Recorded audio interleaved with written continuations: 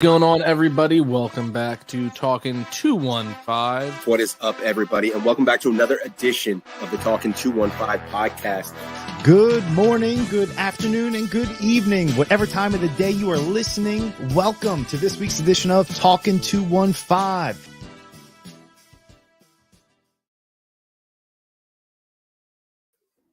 Hello and welcome, everybody, to a wonderful episode of Talkin 215. I feel like it's been a little while, fellas. It's been too long. Yeah. I know, right? I feel like I've moved places like 4 times since our last show. I mean, every time I think we do most episodes with you live. I feel like we need to do like a "Where is Ben now" kind of segment. Yeah, like where in the world is Ben San Diego or something like that. Like give myself a little intro and throw darts at a globe. Perfect. Yeah. I think I've done one show with you guys at like every apartment I've lived in for the last 5 years. Yeah, no, we've waited every time. We're like, hey, you want to come on? And be like, wait, I'm not moved yet. Yeah. So Did everybody understand that Carmen San Diego reference, by the way? Did everybody? Yes. Everybody got that, right? Probably not. I mean, listeners are over 20. We did. All right. I'm not over 25, and I'm the one who made it. So hopefully that's a good thing for the youth of America. It's a great thing for us. Obviously, everybody that knows the podcast, that knows Ben, knows that we're talking a little Phils today, talking a little fightins with the fellas. Ben is obviously our foremost Phillies expert. For those, we have had him on 3 previous times. Every time I learn something about the Phillies, and I learn something about myself. So I'm looking forward to discovering both of those things today. But join with me, as always, my man to the left, Mr. Sean Zebley. Sean. Guys, glad to see you once again. Like I mentioned, I was kind of missing you guys. It's been a week. I mean, we've gone from bi-weekly every single week to we're kind of putting along as the off season. I'm sorry that I had the stomach flu. You should apologize. Thank you. Yeah, Sorry. we were planning last week, and then I couldn't keep anything down. All good. Glad you're feeling better. Thank you. And then obviously we got Coach. Coach, how we doing? What's up, boys? It's going to be nice to talk some baseball as opposed to, just wallowing in misery about the Eagles Super Bowl loss for a change. Yes. So I'm excited. Spring training seems around the corner. Let's go. Let's get into it. No doubt. And then obviously you all know, we've said it a number of times, Mr. Ben Silver. Ben. Hey, fellas. Good to be back. Of course. So yeah, talking a little Phil, spring training well underway. First question right off the bat, is Andrew Painter dead? Yes. I have a source. I have confirmation. They had a funeral actually after the game on, what was it, Thursday? I mean, that's why it's taking so long for it to come out, because there's no arm anymore. It's all decomposed. Yeah. But for real though, I actually have heard some good news from quote unquote sources. I have one word, and that word is optimistic. What I at least take that to mean is that he's not going to get Tommy John, but my best guess is he's probably going to get shut down for 2 weeks to 2 months, because why rush him at this point? The Phillies have a competent 5th starter in Bailey Falter. They've got depth in Christopher Sanchez and maybe Michael Plasmeyer. What about your boy Griff McGarry? Yeah, he's not going to start this year. He may be like late in the season, but as much as I'd love to see him or Abel start the year with the Phillies, I think I can't remember if Abel made AAA last year. I don't think he did, but my guess is I know they're both going to start in AAA from a Rob Thompson press conference at the winter meetings. Yeah, no, it's the crazy thing is, I mean, I work in the medical field. We all have experienced medical problems that we have all, I believe most of us, if not all of us, have had MRIs. Results come back in like half an hour. And then if you go get a second opinion, maybe the next day, like maybe depending, but we're talking about that's for us, like professional athletes, you get a second opinion in an hour. And this happened on what, Friday, Saturday? It's been a hell of a long time. Yeah. And you would think if it was something positive, they would get it out there as soon as possible. All good, little sore. He only threw 112 innings last year. Like, it's to be expected when he's ramping it back up. Shut him down for a week, he'll be good. The fact that it's crickets is kind of terrifying. Well, disconcerting to say the least. Yeah, I originally had thought after a couple of days had passed, no news must have been good news. And up until it just felt like earlier in the day today when Rob Thompson was like, yeah, we're really just exhausting all of our options and doing our due diligence, where I was like, oh no, something bad might really be wrong. And they're just going from doctor to doctor, trying to get one of them to say, oh no, just let it rest for a couple weeks. Like, this kind of silence mixed with that quote to me felt awful, like something bad must actually be going on here. Well, thank goodness we do have docs on staff, and we are going to be asking Dr. Mesa from our friends at Delaware Orthopedic Specialist specifically about that and his experience with UCL strains, injuries of that nature, and if it really can be just one expert looking at it to another, where you can have two completely different courses of action.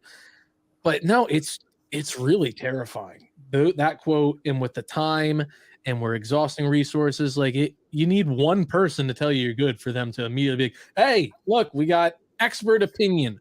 We're good. I mean, Coach, you've been following it as closely as all of us. Do you have a different mindset?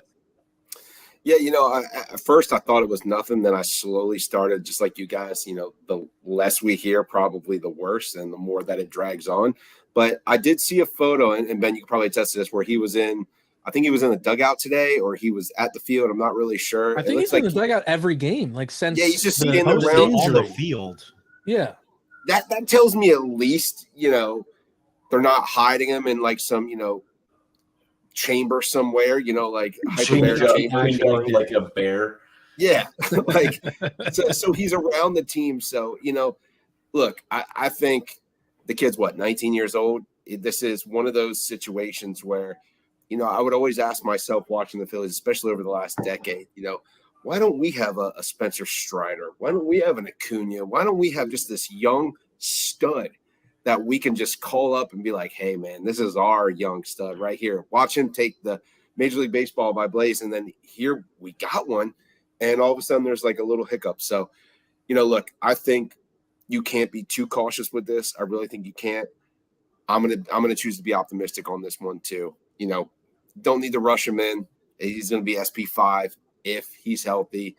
How many innings, who knows? But I'm optimistic too. That source probably was me. I'm optimistic. But Ben, correct me if I'm wrong. Was there actually a realistic shot he was going to start this year with the team? Yes. Really? I actually had a really cool experience at the winter meetings. I got to talk to Rob Thompson at his not a big deal. I felt like one of the big fish for a few minutes before that chapter of my life came to a close real quick.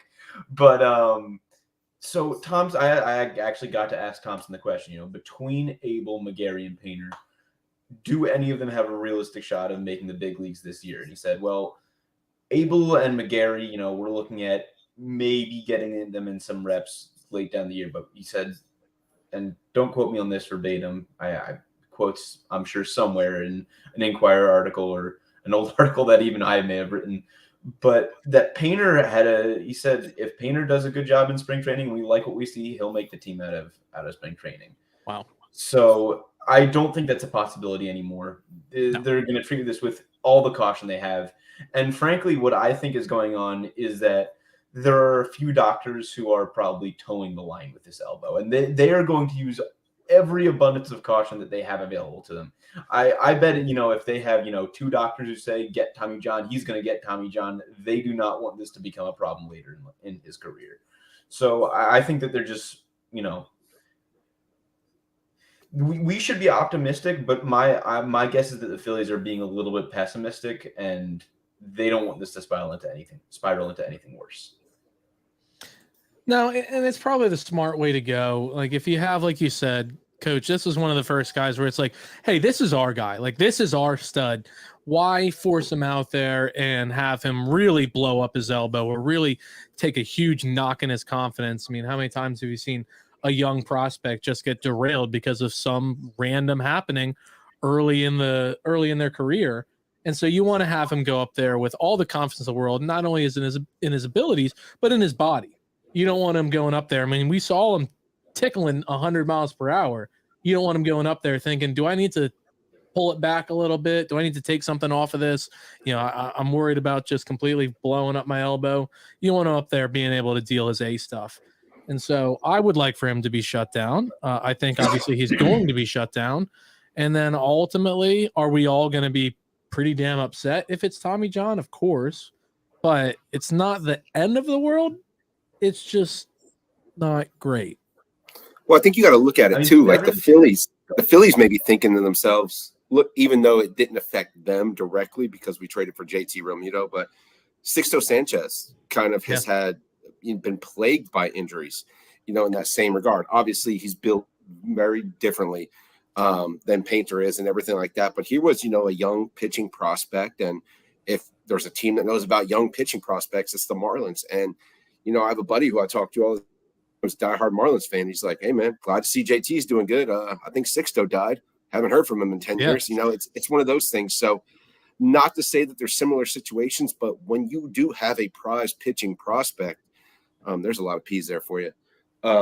You do whatever you can to protect them, to keep them in that glass case so that you could show them off the company when it's finally time, when he's fully healthy. So that's probably what's going on here. It's not like we're, down to the last 20 games in a pennant race with the Mets, or anything like that. It's still spring training. So err on the side of caution and then throw 10 more layers of caution on top of it, I say. Yeah. I think there's a big difference as well between the Painter and the Sixto Sanchez things, because everything with Sixto Sanchez was shoulder. And, even, now that we're in 2023, shoulder issues are a problem. You get shoulder issues, you tear your rotator cuff, you get shoulder inflammation. That's the season, if not, the next season. But everyone gets Tommy John now, and everyone comes back from it in, 12 months. Like Harper's going to come back from Tommy John in 8 months, although he probably won't be throwing for 12 months, maybe 10 months, who knows. But, Tommy John, not the end of the world for Painter. He's going to lose this year, but I don't think that should really drop his prospect stock that drastically. Now, speaking of Tommy, if he was utilizing Tommy Copper from our friend Brett Favre, would that have possibly helped his injury or anything? I mean, we know the power of Copper is really being touched upon in many different sports, both amateur and professional. Is that something that might have helped? So I'm going to say yes, copper, very important. I actually know that there are several properties of copper that are, magical healing. Yes. I would say. Yes. And both. Go out and buy copper on the stock market. It's, I believe it's, what is it, a bear market or a bull market? I don't know, but you should buy it. Yeah. And the power of red copper with pans, and then Tommy Copper with athletic wear. I'm telling you. Take it every night before bed. Really? Yeah. Wow. I mean, look at this guy, though. Why wouldn't you? I mean, holy cow. You don't want to know why. Big slab of beef. I wonder too, guys, and Ben, maybe you know a little bit about this too.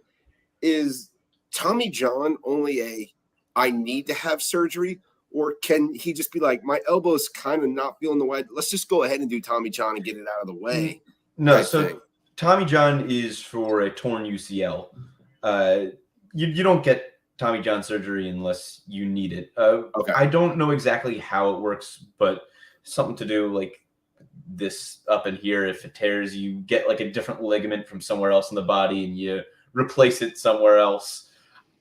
I'm not a doctor, but I know that's how it works. Harper, I know, had like a modified Tommy John because his UCL was only partially. Okay, that's what I was thinking. Why he's able to return a little bit faster. And same thing with Hoskins at the end of 2020. Or he made opening day of 2021 and had a modified Tommy John late that September. Gotcha. I'm working on getting a doctor on with us right now to answer these questions. If only we had a doctor on the podcast regularly. DellOrtho.com. I'm surprised that Rob Thompson said there was a real good shot of him making the team straight from the rip at the beginning of the regular season. This to me was always kind of like icing on the cake, or just, if he starts, if he's playing well enough to start, that's great. But I mean, why bring him in April anyways? You got enough days off to where you really tiptoe on the line of not even needing that fifth starter to begin the season. Take as much time as you need. You're not an Andrew Painter away from making the playoffs this season. I don't see him being as big of a contributor. So if he needs 2-3 months to get ready, give him that time. Yeah, I mean, Speaking of taking time, guys. Nice segue here. Does anybody know anybody in the immigration or visa department that could help expedite Gregory Soto's visa to come on over? Because I don't know what's going on with that. So I have an idea of what's going on with Painter. I have no idea what's happening with Gregory Soto. That man is a, oh God, what's the word? He's like a mythical creature. He's a unicorn. Where is this guy? When is this guy? Who is this guy? I mean, Nick Maton, Matt Vierling, goodbye. Gregory Soto, also goodbye, apparently, because when are we getting him? Will he be here for opening day? Who knows? You know how a trade can backfire if you don't pass a physical? Like, can a trade be rescinded if, like, the guy can't come play in the United country. States? You know what I mean? He'll make it eventually. I believe this happened last year. Yeah, with Ranger Suarez, he made it very late to spring. Yeah, and after visa complications. Yeah, Simone Muzziotti as well in like 2020 or 2021. I think Ranger missed his first start to the regular season last year because he wasn't ready. Oh God, something happened with the Ranger. He came very late to spring, and I don't think they gave him the first start to start the season because he wasn't quite ready. Yeah, because I remember opening day was Nola, and then game 2 was Gibson. Yeah, and Wheeler was 5. Yeah, Wheeler was 5, and that was his first start of the season. He didn't pitch at all in spring training. Yeah. I want to say Ranger was skipped. I'm not 100%. Don't hold me to that, but I feel as though, if I remember correctly, they skipped Ranger for a week because he wasn't warmed up yet. I thought he did the World Baseball Classic. Did he? I know he was stuck because of his visa. Year. I know he was stuck because of his visa. He's back now, obviously. Ranger, big Rangers guy. Big Ranger guys over here talking 2-on-5. Big Boom Ranger Castellanos. I might be the solo Castellanos guy, but comeback player of the year, more deservedly than what's Geno Smith. Tell you that. I'm just still in awe, guys, at this situation, this visa situation. Like, you either can come over or you can't. I would think, and again, I'm not in immigration. I don't know how that works with the department, all that stuff. But I would think if you have, like, proof to show that my job sits in the United States of America, these are the times that I need to be here for my job. That should just be a quick stamp. All right, let's go. Stamp. All right, let's go. Especially when you're high profile job like Major League Baseball, that should kind of lend itself to getting that sort of thing. I'm not saying get in before other people, but like it should be kind of a smooth process. So this is such a Philly thing. Like we were so excited for the trade for Soto. And here we are. Like, I mean, I've been to the Dominican Republic. It's nice, but I mean, do I got to go over there and get them? Like, I don't know. How does this work? I'll buy him a plane ticket. Yeah. Let's go. I'll go back. I mean, we're talking about stuff involving a government. Like let's not act like any government runs smoothly. Like it's involving a government in a Latin America country that is sending somebody over to the United States to make a ton of money. You're not telling me there's something like, and there's way too many times that there's issues with this. There's got to be some kind of, not necessarily corruption, but just they're waiting to get paid. They're waiting to get paid. They're waiting to get paid. Yeah, they are. They really are. Somebody is like, holding that hostage. I don't know, because I think the Phillies would just pay them. We know how badly somebody works for the Dominican Republic. I don't think it's a matter of payment. I think it's a bureaucracy thing, and there's some legal loophole that someone doesn't want to jump through, or that someone has to jump through and they don't have the paperwork for. Yeah, waiting for somebody to make the first move. Yeah, paperwork was filed late or something like that. If it were a payment issue, I fully believe Middleton would just, give the man his money. Here's your pesos. Yeah. Give me my boy. Yikes. I mean, but the way you look at it, I mean, he's not going to be anywhere ready unless the Phillies are monitoring, a pitching program that he's on down there or something like that. I don't see how he's going to be able to be, ready for the start of the regular season either. So that's great. Just a couple of things that are worrying me. And then on top of that, you got so many Phillies playing in the World Baseball Classic that it makes me hold my breath too now at this point. Well, if you're watching any of the recent spring training games, there's no reason for concern in our bullpen. We've been keeping it relatively close with these great double-digit losses. I went from the Phillies may never lose a game to, man, if we're not healthy. Yeah. Yeah, No, I mean, the reliever depth is somewhat worrying. I think that they have, 8 or 9 competent major league relievers and then like 3 or 4 fringe guys like, oh God, I wish I had the list up, but like Eric Uelman. I know Francisco Morales got a little bit of time last year, but I don't trust him anymore. Yeah. Junior Marte, Andrew Baker, who are just not quite there yet, but are close. But I wouldn't want them pitching in the major leagues for the first half of the season.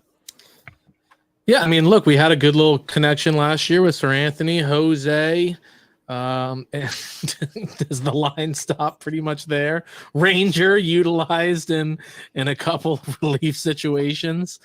And then you add some pieces like Soto, like I can't even think of his name now. Brogdon. You got Alvarado. Brogdon, you got Bellotti. One of the free agent additions, what's his name? That was always bound to be a Philly. I was going to say Kimbrel. Yeah, I kept wanting to say Corey Knebel, and I was like, it's not. Yeah, Craig Kimbrel. I mean, look, he's got a long pedigree. He wasn't awful last year. He'll be okay. It's kind of like the Brad Hand signing. We're like, that guy was a good pitcher. Yeah. I mean, he'll be better than Brad Hand. I mean, Brad Hand just came off a 2.8 ERA with a pennant-winning team and signed for $2 million with the Rockies. That guy is cooked. Kimbrel, I have a little bit more faith in, but the guy I really have a lot of faith in is Brogdon. I think this is going to be his breakout year if, he can not be a bad clubhouse guy and apparently have low motivation. But I mean, he's pitched 3 innings so far. He has 4 strikeouts, no walks, no home runs. Has he even given up a hit? Not one. He hasn't given up 1 hit. Wow. I like him. Cy Young, relief pitcher. Fireman of the Year award, if they still give that out. I really don't know. No, we have some names, and Brogdon has shown periodically that he has some serious stuff. I mean, you see him in some outings just mow down competition. You see other outings where he just gets absolutely walloped. So would love for him to come in with a lot of confidence, a lot of motivation, and go in there and show the player that he really can be. And while we're touching on the topic of health and depth and everything, Joey, you posed a good question heading into this episode. If and when our batters are fully healthy, what is your ideal lineup for the Phils? Oh, I'm sorry. I thought headphones tuned out for a bit there. My ideal lineup. So I'll be totally honest, and this is probably going to get me shelled. I'd keep Schwarber at leadoff. Oh my god. Ooh. I really like just by your preface. That's exactly where you were going. Yeah, I might get like, well, Schwarber's staying at leadoff. So his OBP last year was, over 100 points higher than his batting average, and we all know that he barely cracked the Mendoza line, hit 218. No one likes that. But you look a little deeper into his stats. His BABIP last year was 240. His career BABIP is 268. So you might want to see, just by regression to the mean, his batting average should go up to about 250. So that gives him say another extra 100 points of OBP, 350 OBP. You like that out of your leadoff guy, but add on to that the fact that there's now no shift. I mean, we could see Schwarber hit 280 this year, and who knows, OBP of 400. If he's going good on batting average, that might give him the extra confidence he needs to take an extra walk or two as well. Hit an extra home run or two as well. And, Schwarber could be a 3-4-5 guy this year. I don't think it's likely, but it's possible. And I like him getting on base and walking at the top of the lineup. There's no way that they're going to bet Harper anywhere but third when he comes back. So I'm kind of strong-armed into doing that. Although I guess, if we're living in a fantasy world of Schwarber batting leadoff, I could put Harper anywhere. But let's, for the sake of the argument, say Harper third, put Turner second, Hoskins or Real Muto fourth and fifth, alternate them on days depending on the pitcher.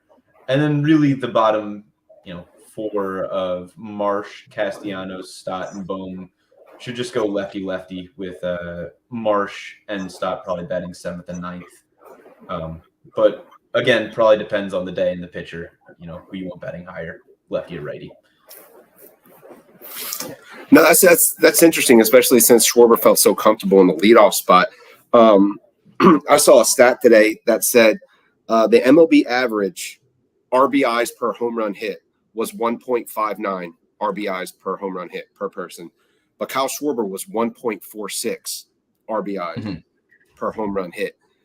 Just to me, and obviously if you're leading off the game, nobody's on base. Totally get that. I'm not dumb. I understand that. But no matter what it almost seemed like there was a stretch there either last year or the year before where Harper hit like 12 straight home runs to lead the year. And I remember that. All solo shots, right? 14 straight solos, was it?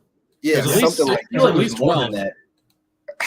It was a crazy number. It was a crazy number to where every time someone told me Harper hit a home run or it popped up on my phone, I'd be like, I'll bet anything there's nobody on base. And, with Schwarber, I love that he can hit the long ball. I love that, any ball can leave the atmosphere. But I got to think to myself what those pitchers would start to think and feel and look like if there was somebody else on base, especially a guy like Turner who could swipe second, a single, he could score on if it's hit hard enough. So I'm kind of torn on this too. Schwarber was so comfortable in that leadoff spot, but Turner, anything, he gets on first base and he's basically on third. You never know unless it's just striking out everybody after that. But yeah, and you also just saw yesterday? Turner gets on, Kyle Schwarber hits a home run. There's 2 runs, start the game right there. Boom, boom. Easy enough. And it makes you think like, yep, I can get used to that. I think it's a no-brainer. Yeah. Look, you're ridiculously smart in baseball, but I don't know what you're thinking here. I just think the impact of some of these new rules, having the pitch clock, I think that's going to wear down the conditioning of a lot of these pitchers out here. I think the lack of a shift, obviously, is going to be a lot better for a handful of contact hitters. Even the bigger bases, just for Trey to be just a menace on the base path. I think all of that bodes very well for having him hit leadoff. Yeah, I agree. And for me, the biggest thing is a player comfortable where they're hitting? And that's probably why Harper hits third, is because he likes to hit third. I read I shouldn't say I read, because I skimmed a great book, ironically called The Book, by a few analytics nerds. That's kind of like the Bible in the analytics industry that I'm not nearly smart enough to actually get into. But one of the big things in that they talk about is lineup construction. And, there is like an optimal way to, you have your power guy fourth, you have your OBP guy first, you have, your best overall hitter second, and, third and fifth, you have, third, you want the home run strikeout guy, 5, you want, the high batting average guy, so on and so forth. But for me, my biggest takeaway is that there really is not that much difference between all the lineup spots, aside from the fact that the guys hitting higher in the lineup will get more at bats. And Schwarber is one of the best hitters on the team. We know he's comfortable in the one hole, and we're going to get really good production out of him there. So I just think that if we know that Schwarber can hit well out of that spot, then put him in that spot. As long as you have Turner batting in front of Harper in that scenario, I think it would be a win-win because, especially a righty, or anybody that knows that I have to pitch to Harper and Real Muto back to back, I'm going to allow Trey Turner to see some really good pitches, honestly, because the last thing I want to do is put him on. My only thing I was thinking of, Ben, was if you have Schwarber on in any capacity and then Turner does get on, is Schwarber kind of that stopgap, that clog in the lane a little bit for Turner on the base pass? I know analytically that may not make sense, but from an outside, Schwarber was swiping bags last year, man. Are you kidding me? Yeah, he's he's a speed threat as well, a little big boy speed demon out there for you on the bases. But clogging the bases, acceleration. It may not even be a thing, Ben. It may not even be a thing. I'm just thinking in my head. Totally not at all. That is, one of those things that, Connie Mack would bring up if he were still alive. It's like, makes sense to me. It's like anyone. It doesn't matter who's on base in front of Turner. They're still going to prevent Turner from stealing. And even then, you think can about they prevent him from stealing? Yeah, he can steal. He'll just, one of them will have to be out at second base. But yeah, it's like, if you really think about it, Turner's going to get on base, at best 40% of the time. 60% of the time, there's going to be no one on in front of him if he's hitting second. and 40% of 60% of the time Schwarber will already be on. And how many times out of that will it just be a single? And it's just or a single that only advances him to second, like not even a single that he's able to get to third on. Yeah, well, that's not even, yes, exactly, but that's not even what I was talking about, where it's like, if Schwarber, hits a home run batting leadoff and then Turner can steal anyways, or Schwarber strikes out, or, I guess he's not going to be hitting that many triples, but who the hell knows, where Schwarber ends up on second and then Turner hits a single and moves Schwarber over to third, and then Turner can steal second anyways. There's so many scenarios where he's not clogging the bases, and it's just it's a non-factor. It's a non-issue. Yeah. No, and I know that you don't really care about the lineup construction, because when you were saying the book has your high batting average guy batting fifth, and you listed Rhys Hoskins at fifth. Yeah, that would kind of go a little contrary to that.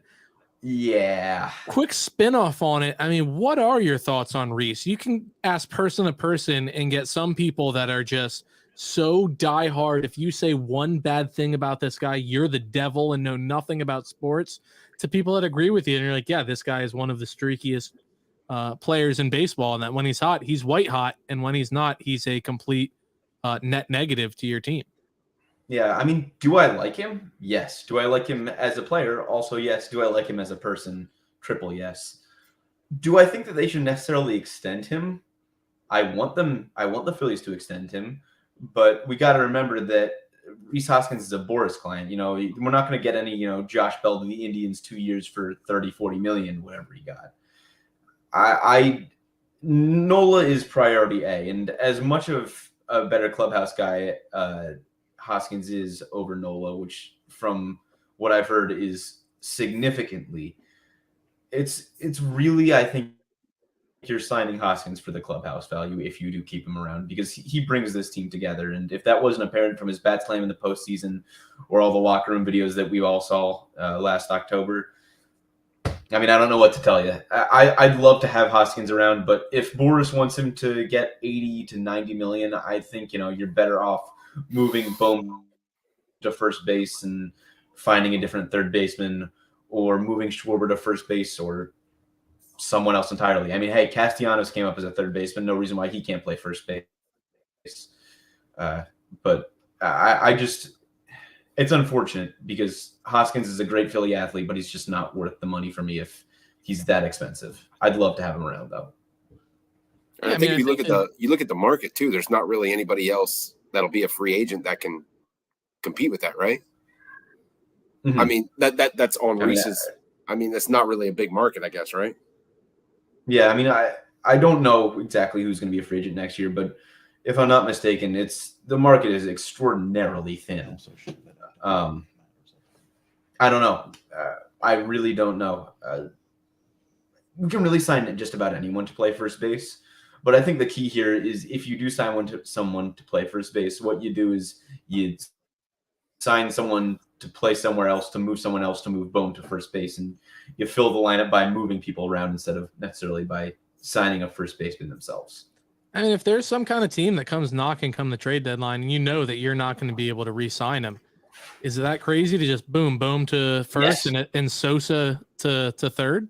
Absolutely. Dude, I would not be trading Hoskins at the deadline, because either A, Hoskins is having a bad year and the Phillies want him out of their lineup and they're not going to get anything for Hoskins, or B, Hoskins is having a great year and he's contributing to the Phillies lineup and, they want to go on a pennant run. I don't see any situation where the Phillies are sellers at the deadline and they're just way too competitive of a team. Right. I mean, that's the only way we move him at the deadline, is if we are shitting the bed. Yeah. As a team. No doubt. And I just don't see that happening this year. I mean, worst case scenario, this is a 500 team. I mean, this is one of the best, maybe the best constructed Phillies team in my lifetime. You look at 2011, and that team was top heavy in the pitching. Team had no offense. You had Over the Hill, Utley, Rollins, and Howard. Victorino was the only part of that core who you could really count on to still be in his prime that year. Great team, definitely a better team than this year, but construction-wise, it was all pitching. This team, to me, does not. You take the 2011 team over this year? Absolutely, yeah. I mean, people forget how good that pitching staff was. Oh, yeah. I mean, it was remarkable. but this team is more balanced because, they play mediocre defense. At least you have Stott and, Turner and Marsh and Real Muto up the middle. You got the bullpen. You got, a solid starting staff going all the way down to Taijuan Walker as your number 4. I don't like him, but he's got to be one of the best 4 starters in baseball. I mean, he kind of sucks, but he pitches in the MLB, so he qualifies. Barely.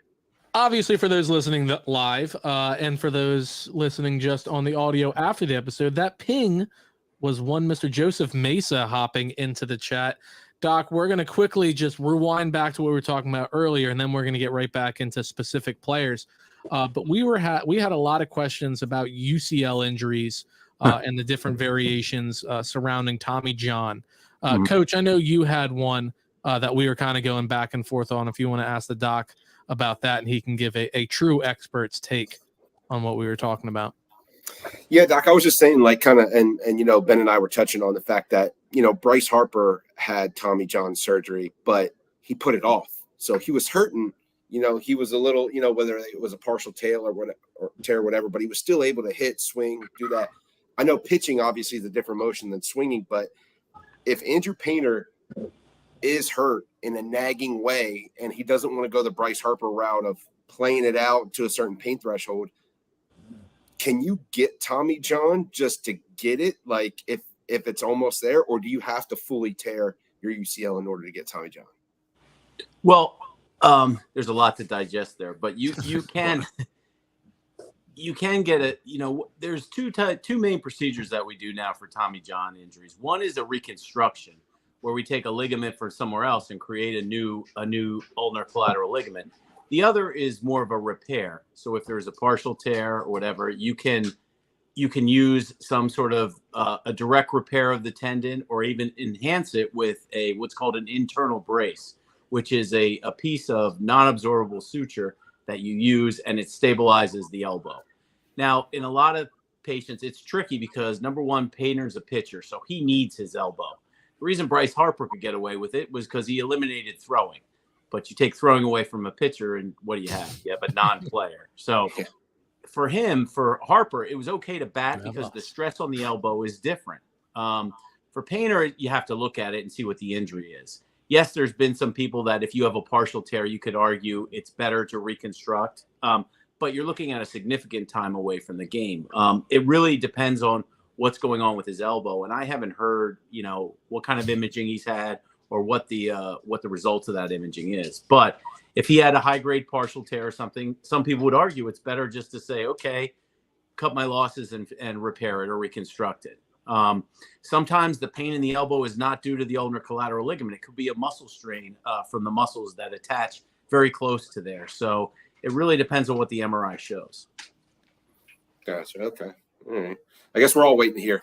Yeah. I mean, I don't know. Has he gotten an MRI? I haven't heard. Yeah, yes. He got one over the weekend, and we were told news would be given on Monday. Obviously, Monday came and went. He was asked today, and Sean, you kind of had the verbiage that he used that kind of concerned us a little bit. We're always saying we're weighing our options. He was just like, he just wanted to make sure they were doing their due diligence and didn't want to rush anything. And I thought, oh shit. Yeah, to us, that does not sound positive. No, obviously there's something going on there that they're trying to see where it is. But the good news is, if it was completely torn, I think in today's Major League Baseball, if it's torn, they're going to tell you it's torn. It stinks, but it's torn, and we're going to reconstruct it. Because someone who throws cannot throw with a non-functioning UCL. Just can't happen. Yeah, Brock Purdy. Yeah, so it's probably, it's not dire, it's not an abomination or an awful injury, and it's not nothing. It's somewhere in that gray area they're trying to figure out. Yeah, he could be out for the year, he could be out for a number of months, and then have something come back and he's out for the year. Is there any kind of actual realistic possibility that rest would be completely fine, he's good to go, no kind of significant risk of re-injury compared to anybody that never had a flare-up? Like get back to true baseline zero, or is it really just you're holding off on the inevitable? Well, it depends on the integrity of the ligament. If the ligament is strained and it's intact, basically you can rehab it. And I've seen baseball players rehab a UCL injury and get back to throwing. But it has to be, a intact functioning ligament, and you just rest it, and then you get back into sort of a graduated throwing program that gets them back to where they want to be. But if there is structural damage, you figure you're loading a ligament that's not 100%. And to Coach's point, sometimes it might be better to cut your losses and fix it. And, yes, you're going to lose time, but you're going to get back. And the whole report that came out that he had tenderness after throwing and everything, not during, does that mean anything, or could that be like you can have people feel injuries at varying stages? Just because he didn't feel it during the act of pitching doesn't necessarily really mean anything at all. No, I think it's a good sign, because when you tear your UCL, you know it, and they'll tell you, hey, there's a pop, and they won't be able to throw, and it is painful when it happens. So if you get discomfort or pain afterwards, it tells you, yeah, maybe you overdid it, maybe you strained something, but you probably didn't tear it. Well, fingers crossed. I like the sound of that. And that's what you get at delortho.com, 302-655-9494. He's rocking the Delaware other side there, Doc. There Delaware orthopedic specialist. Don't worry, no mirrors. Yeah. No mirrors in the surgery room. Other than to look at the wonderful job that is being done by the physicians over at Delaware Orthopedic Specialists. Obviously, Bryce Harper, we touched on the fact that he had it and is recovering from it. Ben, you were saying he had a variation of it? It wasn't like, is it different than what a pitcher might get? So Harper only had a partially torn UCL, which is why he was able to come back, or at least has a shorter timeline to recovery. And also I heard that it was some sort of modified Tommy John. I am not a doctor. Do not take my words to heart, I guess. But looks like I am. If you're right, did tear his UCL, it would probably be a little bit different. But you're right, that was the two operations I'm talking about. If you have a partial tear, you can reinforce that, do the direct repair with the bracing, and that is a faster recovery than a total reconstruction. Now, we've all seen Rookie of the Year. Is there any true possibility to Harper coming back and being able to hose people out from the warning track at 120 miles per hour? It's funny you say that, because there is a little kernel of truth to that, because back in the day when I first practiced, I was down in Atlanta, Georgia, and there were a lot of full-time throwers there. So we would get a lot of younger throwers that would get UCL injuries, and people would claim that, they were stronger after the UCL was done. So parents were actually bringing their kids to have like you were mentioning, a prophylactic UCL reconstruction, which is it's ridiculous. But the thought was, I'm even better now that I've had a reinforced ligament placed in there. But there's no data to say it's better. Oh, geez. Did we have any other questions that we were touching on before about any specific players? Now, I'm sorry, your name is Dr. Joseph Jim, Mesa right? from Delaware Orthopedic Specialists, the only fellowship-trained specialized surgery center here in the state of Delaware. Head over to delawareortho.com or 302-655-9494. That's Dr. Joseph Mesa. Now, Dr. Joseph, Nobody does it. are you by any chance also a visa and immigration specialist? No? I take One of the your many silence. hats worn by the physicians over at We were Doc, touching on Doc, are you hearing this? Uh-oh. Hey, we lost him. Doctor is non-responsive. All right, Doc, we're going to keep talking. When you hear us, talk back. So, obviously, I have not hidden the fact that I am a massive Bohm guy. I mean, that is my guy. Bohm, Alec accidentally added 10 pounds of muscle. Bohm is poised for a monster year. Yes or no, Ben? Go. Yeah, I mean, I think this year as well as any could be the Bohm year. I like that at least to me, it seems like he's uppercutting on the ball a little bit more. Now, who the hell knows? Could lead to increased strikeouts and more pop-ups, but it could also lead to more dingers, could lead to more bomers. I don't know. I will say, what is his spring training OPS? It's something like 1440, if I can never find it back. I had it pulled up like 10 minutes ago, and I've lost it now. But he's hit, I think, two home runs this spring so far. And, I don't see why that shouldn't stop. At one point last year in late July, he had an average over 300. If he can. Oh, his July was incredible. Yeah, and the thing is, his baseball savant page said that he was actually getting quite unlucky last year too. I really think that he's never going to be super megastar Alec Bohm, but sure, he could have an 25 OPS and 22 home runs. Was he the player on the Phillies last year that hit a ball like 425 for a double? Was that him? That hit it off the top of the center field fence. Where was it? I forget what stadium. It was like Wooded Dong said it would go out of 29 out of 30 ballparks. And it was LCS. No, it was in the regular season, but I think it was Bohm. It was one of the Phillies hit like a 425 double. And it'd be a homer in 29 out of 30 parks, and the one park it wouldn't was with an extra 10 pounds, that ball's going out of there. Yeah, 450 dead center. Alec, please do not drug test me, Bohm. Just putting on 10 pounds on accident in 3 months. Yeah, he had 3 home runs in 17 at-bats coming into the game today. Extrapolate that over a full season. He's on pace for 103 home runs. Now he might not be facing spring. 105. Yeah, I'll take it. All right, fine. Deal me in. We'll just do 104. Yeah, 104. Yeah, sure. Deal me I can accept 104. All right, guys, over under 103 and a half Alec Bohm home runs this season. Coach, we'll start with you. Well, I got to go over now, right? Yeah. Yeah, I don't know. No, Alec Bohm, I think, and you touched on Baseball Savant saying that he was very unlucky last year. That's back-to-back years. I mean, especially his second year where he really kind of hit a slump and really his everything dropped. But if you watch those games and didn't just look at the box score, he was the most unlucky player in the MLB. I mean, Ben, I think we talked about it back in one of our first conversations that he just was creating web gems for other players nearly every at bat. He was just having diving end of the glove catches against him, was hitting hard hit lineouts every at bat. And so he's always had a propensity to be more of an unlucky batter. And if few things go his way, that's 20 points on the average. That's a couple more home runs. I mean, you just talk about getting rid of the shift, man. I'm excited to see what he does this season just based off of those things alone. Yeah, I mean, the thing with Bohm that really bothers me because, people taketh away from him and he giveth away to the other team. So it's like when you're losing those hits and then also on defense, it's a rough combo.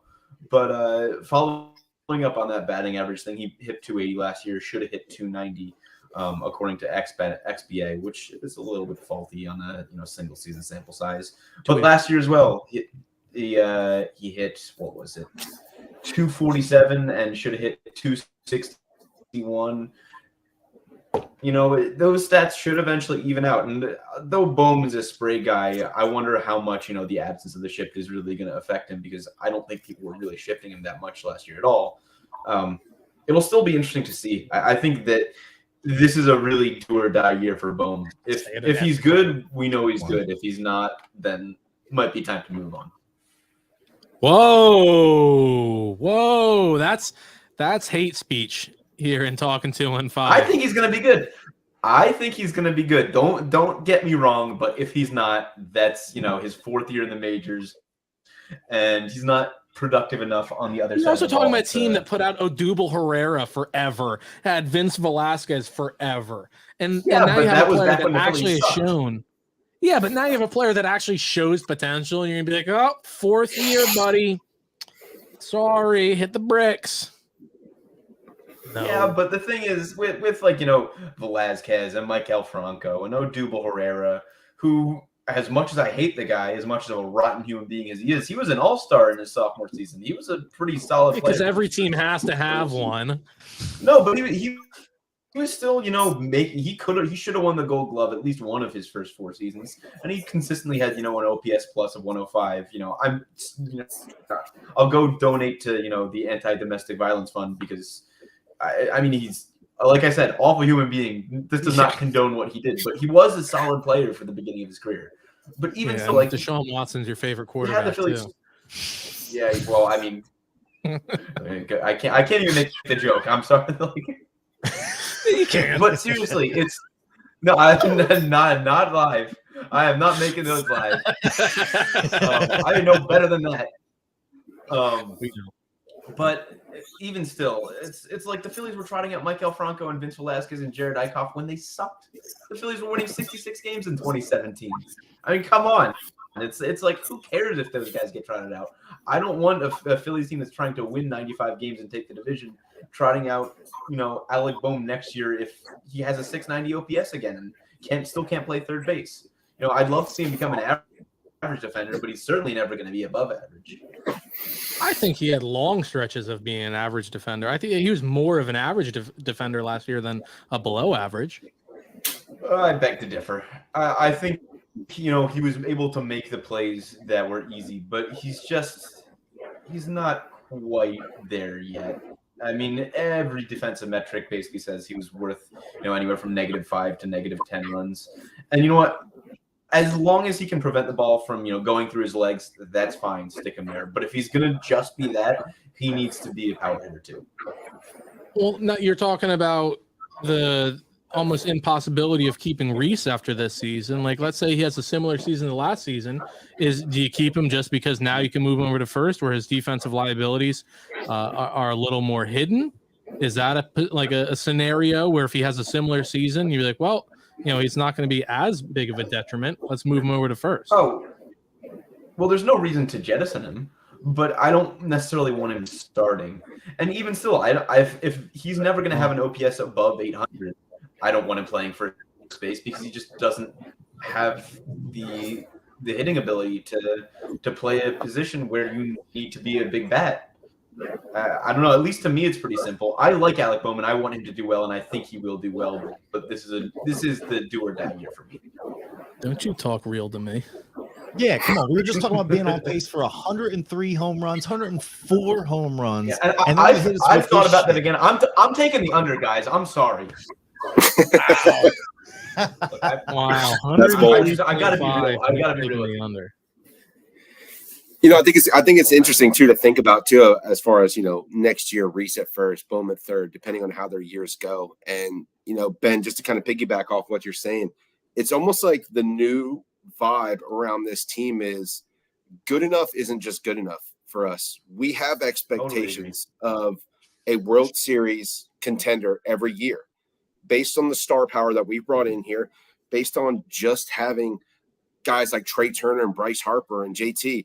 Like, we expect to contend every single year, even in the toughest division in baseball. So I like that whole good enough isn't just good enough. Like, we want to be the upper echelon. We want to be the team that people fear. And if you're just good enough at first or just good enough at third, I think that's a good way of saying, hey, we want to be excellent. We want to be the top. So it's almost like that's the new norm. That's the new vibe around this Phillies team. Because Middleton just said, screw the luxury tax. Like, we're going to win this thing. And I like that. If my legacy was making money, that'd be a terrible legacy. My legacy is about putting trophies in these cases. I said, damn right it is. Yeah. I mean, what a 180 he had from 2 years ago. 2-3 years ago, maybe not a potted plant. To where now we're like, Middleton, the god, man, like that a boy. Like, I was calling him the cheapest owner in baseball. I was calling him just a rich, spoiled tobacco baron. Like, just I couldn't believe it, because I would always tweet about Bryce Harper. I'm so sorry you came here. I'm so sorry you came here, Bryce. Like, what a mistake. I want better for you. Team's doing nothing for you. Yeah. Yeah. And then Middleton just went out and opened up his checkbook and was like, okay, like, this is a different side of you. And I like that quote. I love it. I mean, when I saw him ripping beers in the 400 section, I was like, that's my owner. He certainly has the personality for it. I think the signing of Harper really, changed his outlook on just being managing this team as a whole. This team is ready to win right now. These aren't kids that are, taking up half your lineup that we're going to see. I mean, Ben, you've got a point. This is the year you either excel and kind of show us what you showed us during the final third of the regular season last year, where I thought Bohm's defense improved quite a bit, or we have to keep looking, because this is a championship contending team. Yeah. Right. I couldn't agree more.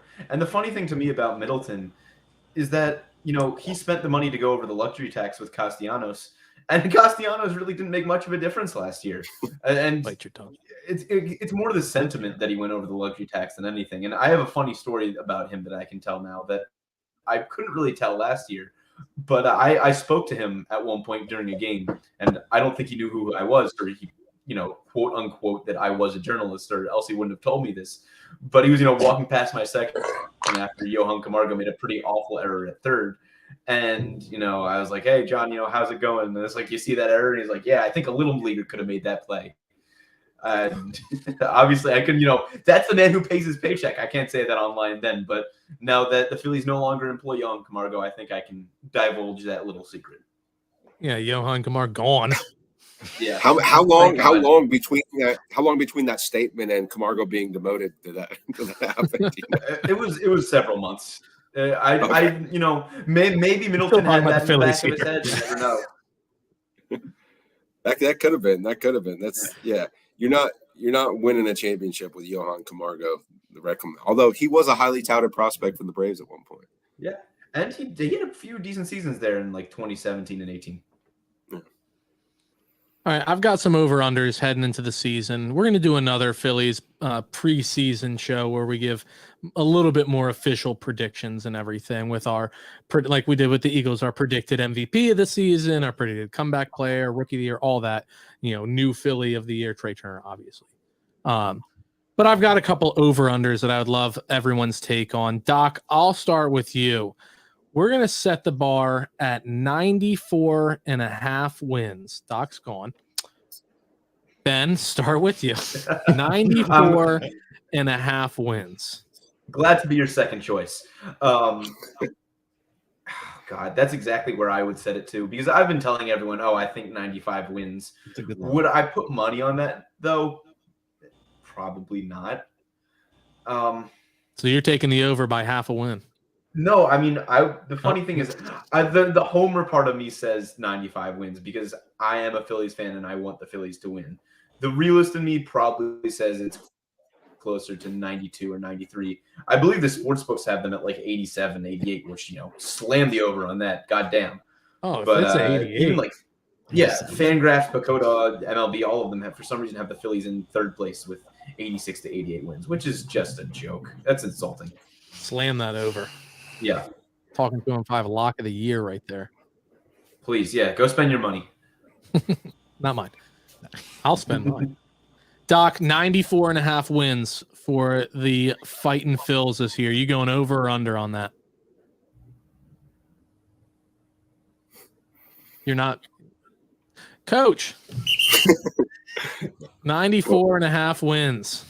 Glad to be the third choice here, fellas. Gosh. I am going to go over just because, correct me if I'm wrong, Ben, but the schedule this year, you're not playing your in-division opponents as much. It's kind of more spread out to where you're playing all teams. We read the schedule. We don't play a divisional opponent until like mid-end May. I think it's more spread out this year, and there's less division games. And that's definitely sucks. True. Yeah, you're playing the rest as of far baseball. as like production value, it's terrible. Yeah. So the way I look at it, if you're playing the Braves and the Mets a lot less than you normally would, I think that's a good thing. Because I think there's some other bad teams around baseball that are worse than the Phillies. So I wouldn't say it's too much higher than 94.5, just because, until you get Harper back, until you get some Painter news, until, Soto figures out whether or not he could play in the United States. I think there may be some hiccups there, but I'm still coming off this Philadelphia high of the Eagles Super Bowl, the Union, and the Phillies in the World Series. So I'll go over just barely. There you go. Doc, are you with us? No, wait. I think we heard you. We heard you. He still can't hear us. You No. sucked your lips. All right. I'm going. I was going to get no. Happen to be our 8th choice here. 95 is a ton of wins. I almost said it at 99, damn it. Okay. What we do have going for us is, yes, fewer divisional games. And we also do not have Joe Girardi running the team. That's a big part of it. I think this team gets off to a hell of a lot better of a start over the first half of the season than we saw last year. Then Bryce Harper comes back. And then Bryce Harper comes back. We're not losing a single game. I'm going to be a bit of a homer, and I probably won't put money on this, but I'm going to go 95 wins over. I'm going over for all those points you just said right there. Like we looked at the schedule. It's a very easy start, which is perfect for the way that this Phillies team is going on right now with injuries and everything. We get off to a good start. The Phillies, at least in the first 2 weeks of the season, tend to get off well and get people's hopes up. And then that's when Joe Girardi, and we got Rob Thompson. We got Topper this year. We got, if we're going to find out. FAFO. And he's going to find out by the tune of 98 wins. 2011 team had 102 on the backs of just aces on the mound. And now we're going to be just smashing that bell again. We're going to be just trying to hit as many dingers as possible. And we have on base guys back. Like we said, the shift, you can say that with any player. Well, now that the shift's gone, that's the reason why the shift is eliminated. You right? add 10 batting average to get points. More people out. You add 10 batting average points to every batter on the team. On only our team, it doesn't affect other teams. Yeah, no, that is how that works, right? Yes, we can still shift. Oh yeah. I saw something that people didn't really talk about too. They're talking about the bigger bases, and how great that would be for, guys like Trey Turner and the fast, players running the bases. And someone made a good point that said, when a ball hits the third or short, and you're throwing it across the diamond, that's also a longer stretch that the first baseman can use too, because the base is bigger to get the ball quicker as well. So you kind of only think of the one-pronged effect sometimes when you think, oh, bigger bases, everybody's going to be stealing, running, scoring, but now the reach is a little bit longer if there's a force out. So, yeah. And I think the basis thing is negligible. People are making such a big deal out of it. It's 3 extra inches. It's 90 feet, 90 times 12, whatever that is. If anyone wants to do the math, figure out what 90 times. Wait a second. Let me see if I 90 times 3. 3 divided by 90. No. 90 times 12, and divided then by 4. Take 3 and divide it by that, and that'll tell you what percentage the base is bigger than. I could do this, but I'm too stupid. I can't do math. Doc, you with us? So Ben, let me ask you too. With these rule changes, I know we talked about we didn't talk about it, but we know about the pitch clock.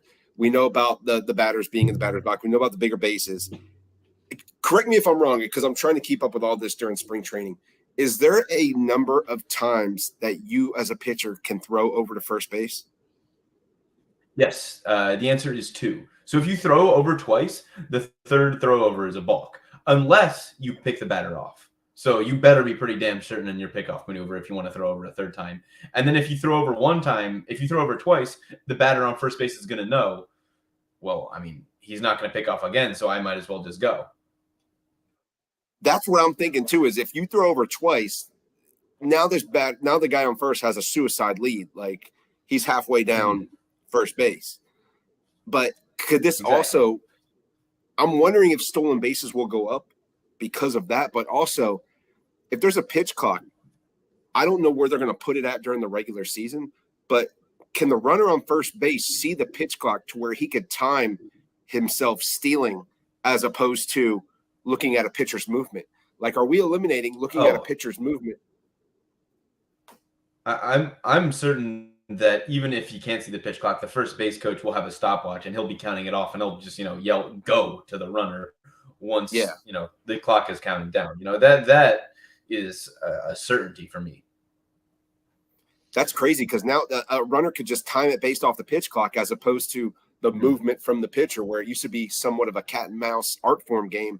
Now it's just 1,000, 2,000, I'm going. So that is going to be interesting to see. It's going to be a whole new baseball from a timing perspective in that regard. And Really what are exciting, all of our thoughts on the pitch clock? What is everyone's opinion? Do you like it? Do you not like it? Does it need to be adjusted? If you don't like it, you're a dinosaur. I'm sorry to put it so bluntly. What if I said this? Add 5 seconds to if no runners are on base and if there's a runner on base. Leave a pitch clock. Add 5 seconds. Because I think it's I like it in principle. I think you need 5 more seconds. I'm going to cut it. I mean, I don't have anything against that. I think maybe 18 is a sweet spot. It's at 18 add 18 seconds. Yes. Add 18. No, double it. Make it 18 seconds. What's it? I thought it's 15 now, 15 and then what? 20 with a runner in scoring position. Not even a runner on base, isn't it? Only a runner in scoring position. No, I thought. I'm sorry. It's 15 seconds with nobody on, and then it's 20 seconds. Is it 20 seconds when there's a runner on base or when there's a runner in scoring position? Oh God, I really don't know. I've heard I didn't even realize it changed. I'll be honest. I have not. Somebody was on first. I have not caught as much of spring training this year as I would have liked. Yeah. Just because of my new job, but I used to not work every day at 1 o'clock, so I've been watching the background. I couldn't tell you. Yeah, I should. I like it. I just think it needs 5 more seconds. 20 and 25, I think, is a much better place for the game. I don't mind it if you're using it based on like an actual clock, where like in the NBA, a shot clock. If you don't get the shot off by the time it hits 0, then it isn't good. But I've seen to where like a batter was in the batter's box with 7 seconds remaining, and a pitch was called a strike, and there's still 7 seconds left. But and the pitcher wasn't even on the rubber yet. But the batter needs to be in the box by a certain by 8 time. seconds. But if the pitcher's not even ready, then what are we doing? Are we just manipulating this rule because we're following it so to the T and that's brand new? That's my thing is if you get the pitch off, with 1 second left, fine. Or if you start your windup with 1, fine. But if there's 7 seconds left, then I'm calling a ghost strike. Well, that's different because they want they don't want the batter to suddenly jump in at 2 seconds. The batter only has 12 seconds to get, or 7 seconds to get ready. The pitcher has the full 15 because you got to think the batter's not really got to do much. You just got to step in. The pitcher has to throw the pitch and do everything. It's 2 different sets of rules for 2 different. I think this benefits the pitcher way more than it does the batter. You've seen a lot more calls. It feels like on the batters. Well, not even just calls. I think. Yeah, but the batter has an easier game. I think it makes it easier for the pitcher to get a rhythm, and harder for the batter to just kind of get down to business. We're gonna find out. Well, there's also the cues that a batter would normally get, in between each pitch. He'd fix his gloves. You're right. He'd take a lot of time and he'd look over at his dugout and he'd get a signal and he knows what he's doing for this next pitch. Now it's almost all primarily on the batter to, hey, here's my approach. Here's my approach. Here's my approach.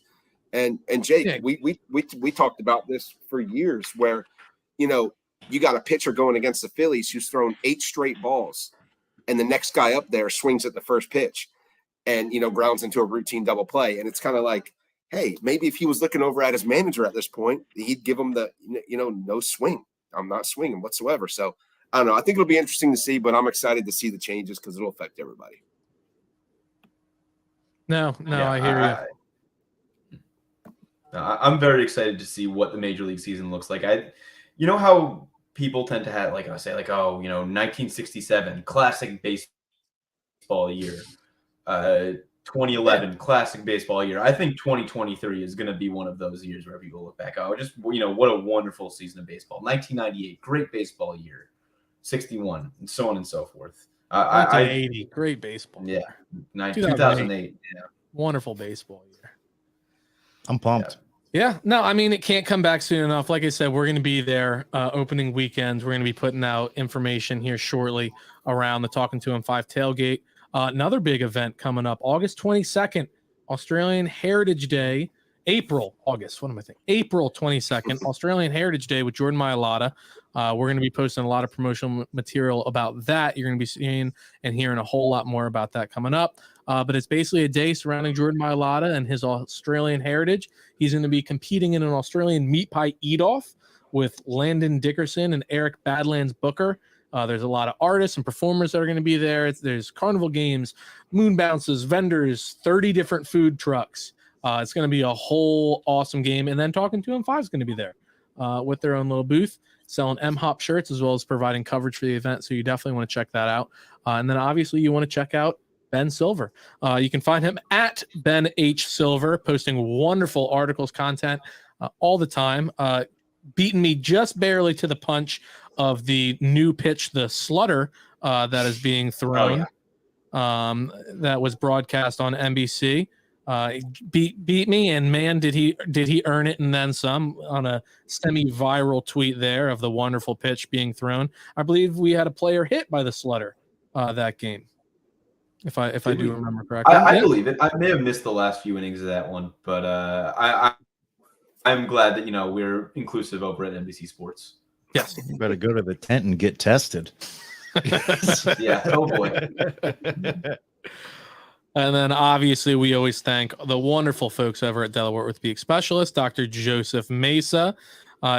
It's all right. Head hangs low, but the quality of the surgery is always high over at Delaware Orthopedic Specialist, delawareortho.com, 302-655-9494. Coach, final thought. My final thought is going to be the same thing it was last year with the Phillies and the year before that with the Phillies, but a different person. It's going to be Trey Turner, MVP. Wow. Mr. Ben Silver, final thought. Goal for the last few years, has been to make the playoffs. Goal this year, win the World Series. Win the World Series. I love it. Doc, final thought. I'm going to kill my iPad. Nice. Just in time. There it is. That's the buzzer beater we needed. Sean, final thought. Final thought. If you're not already, like and subscribe wherever it is that you're listening to this. Final thought, 95 wins. Second in the division. All right. That's fair. Final thought. Alec Boehm, over 30 homers. Whoa. Book it.